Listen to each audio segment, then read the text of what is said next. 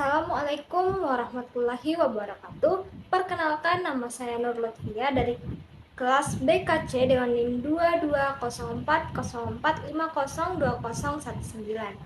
Di video kali ini, saya akan membahas mengenai teori dari Edward Spranger dan Sigmund Freud. Saksikan videonya. Baik, yang pertama yaitu terdapat tokoh Edward Spranger pada tahun 1882 sampai 1963, di mana dia adalah seorang filsuf dan psikologi Jerman. Ia lahir di Berlin dan meninggal di Tübingen, Jerman. Spranger adalah murid Wilhelm Dilthey dan melanjutkan penelitian gurunya di Geisteswissenschaften atau ilmu pengetahuan manusia.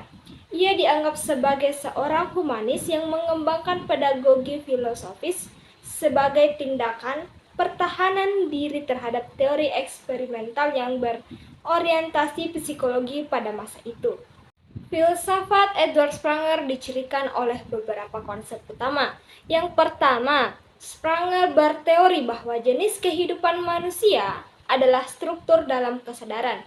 Ia percaya bahwa tipe kepribadian mempunyai dasar dalam biologi, namun tidak dapat sepenuhnya dijelaskan oleh biologi. Dia mengevaluasi kepribadian dalam 6 cita-cita atau orientasi nilai.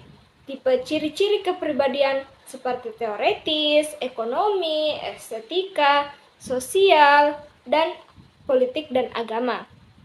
Kedua, yaitu Spranger tertarik pada holisme, yang melibatkan penemuan bahwa segala sesuatu adalah bagian dari segala sesuatu yang lain, dan bahwa totalitas pikiran hadir dalam setiap tindakan. Dia menegaskan bahwa perhitungan kuantitatif, sensasi refleks, dan kutipan dari ingatan adalah unit yang tidak berarti, yang ketika disintesis tidak akan menghasilkan keseluruhan makna yang kita semua jalani. Yang ketiga yaitu Spranger mengembangkan pedagogi filosofis sebagai tindakan pertahanan diri terhadap teori eksperimental yang berorientasi psikologi pada masa itu. Dia berkontribusi pada pedagogi kepribadian.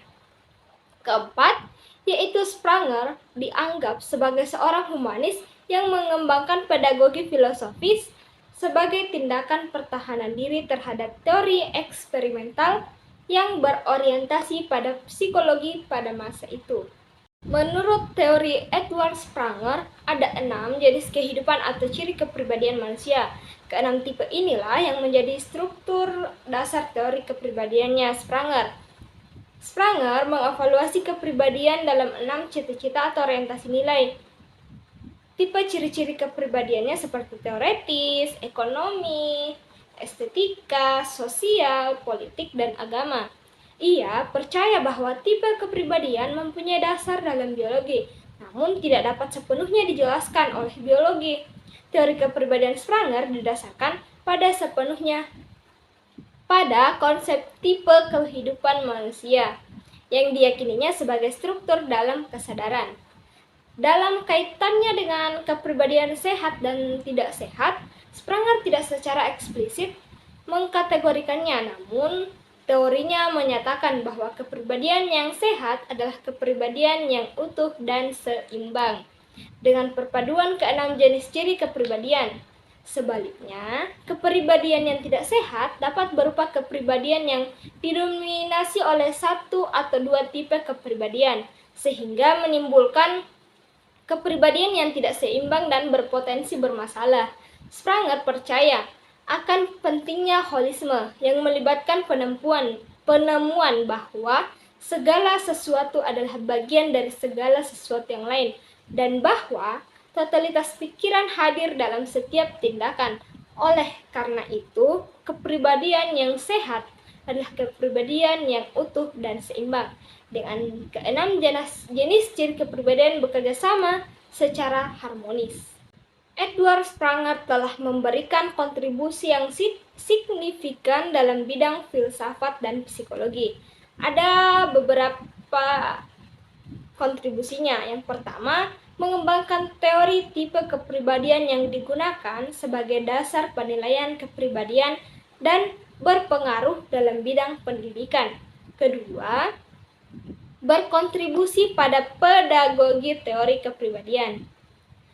Kontribusi Edward Spranger terhadap pedagogi teori kepribadian dalam bukunya Types of Man telah mempengaruhi perkembangan psikologi kepribadian. Teorinya tentang tipe kepribadian telah dijadikan dasar penilaian kepribadian dan berpengaruh dalam bidang pendidikan. Selanjutnya pembahasan kedua dan terakhir yaitu Sigmund Freud, di mana Sigmund Freud pada tahun 1856 sampai 1939 adalah seorang ahli saraf Austria dan pendiri psikoanalisis. Ia lahir di Freiburg, Moravia, sekarang Fribourg, Republik Ceko, dari orang tua Yahudi. Freud dianggap sebagai salah satu pemikir paling berpengaruh dan kontroversial di abad ke-20. Kontribusi besar Freud terhadap psikologi mencakup pengembangan psikoanalisis, metode pengobatan penyakit mental, dan teori yang menjelaskan perilaku manusia. Dia percaya bahwa peristiwa di masa kecil kita mempunyai dampak yang signifikan terhadap kehidupan kita di masa depan. Filsafat Sigmund Freud dicirikan oleh beberapa konsep dasar. Yang pertama, menurut teori Freudian, pikiran manusia disusun menjadi dua bagian utama, pikiran sadar dan bawah sadar. Pikiran sadar mencakup semua pikiran, perasaan, dan persepsi yang kita sadari. Sedangkan pikiran bawah sadar mencakup semua pikiran, perasaan, dan ingatan yang berada di luar kesadaran kita. Yang kedua, Freud mengusulkan model tripartit pikiran manusia yang terdiri dari id, ego, dan superego. Id mewakili keinginan-keinginan mendasar. Ego menyeimbangkan id dan kenyataan, dan superego mewakili norma-norma dan nilai-nilai masyarakat. Yang ketiga, Freud percaya bahwa peristiwa di masa kanak-kanak mempunyai dampak yang signifikan terhadap kehidupan dewasa kita. Ia mengembangkan teori perkembangan psikoseksual yang menggambarkan bagaimana anak-anak berkembang melalui serangkaian tahapan yang masing-masing ditandai dengan fokus kesenangan yang berbeda. Keempat, Freud percaya bahwa orang yang menggunakan mekanisme pertahanan untuk melindungi diri mereka dari pikiran dan perasaan yang menyakitkan atau mengancam. Mekanisme pertahanan ini meliputi persepsi, penolakan, proyeksi, dan perpindahan. Kelima, yaitu Freud mengembangkan psikoanalisis, sebuah metode untuk mengobati penyakit mental dan teori yang menjelaskan perilaku manusia. Dia percaya bahwa hubungan terapeutik antara pasien dan terapis sangat penting untuk keberhasilan pengobatan. Sigmund Freud tidak secara eksplisit mengkategorikan kepribadian sebagai sehat atau tidak sehat.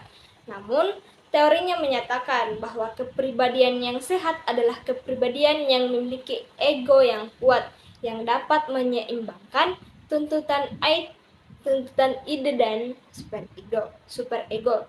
Freud menyatakan bahwa ketidakseimbangan dalam sistem dapat menyebabkan neurosis, gangguan kecemasan, atau perilaku tidak sehat. Misalnya, seseorang yang didominasi oleh id mungkin bersifat narsistik dan impulsif, sedangkan seseorang dengan superego dominan mungkin dikendalikan oleh perasaan bersalah dan menyangkal kesenangan yang dapat diterima secara sosial. Freud percaya bahwa mekanisme pertahanan digunakan oleh manusia untuk melindungi diri mereka dari pikiran dan perasaan yang menyakitkan atau mengancam. Mekanisme pertahanan ini meliputi represi, penolakan, proyeksi, dan perpindahan. Teori perkembangan psikoseksual Freud juga menyatakan bahwa penyelesaian suatu tahap yang gagal dapat menyebabkan fiksasi dan kepribadian yang tidak sehat. Sigmund Freud telah memberikan kontribusi yang signifikan dalam bidang filsafat dan psikologi. Ada beberapa kontribusinya. Yang pertama, psikoanalisis yang dikembangkan, metode pengobatan penyakit mental, dan teori yang menjelaskan perilaku manusia. Kedua, mengusulkan model tripartit pikiran manusia yang terdiri dari id, ego, dan superego. Ketiga, mengembangkan teori perkembangan seksual yang menggambarkan bagaimana anak berkembang melalui serangkaian tahapan yang masing-masing ditandai dengan fokus kesenangan yang berbeda. Keempat, percaya bahwa orang menggunakan mekanisme pertahanan untuk melindungi diri mereka dari pikiran dan perasaan yang menyakitkan atau mengancam. Teori psikoanalisis Sigmund Freud telah memberikan pengaruh yang signifikan dalam bidang psikologi dan mempengaruhi perkembangan psikoterapi. Konsepnya tentang pikiran sadar dan bawah sadar, id, ego, dan superego, perkembangan psikososial, dan mekanisme pertahanan telah dipelajari dan diterapkan secara luas di bidang psikologi. Baik, itu saja yang dapat saya jelaskan mengenai dua ahli tersebut. Mohon maaf bila ada kesalahan kata dan kurangnya materi. Itu saja yang dapat saya sampaikan. Saya Nur Lutfia. Wassalamualaikum warahmatullahi wabarakatuh. Bye-bye.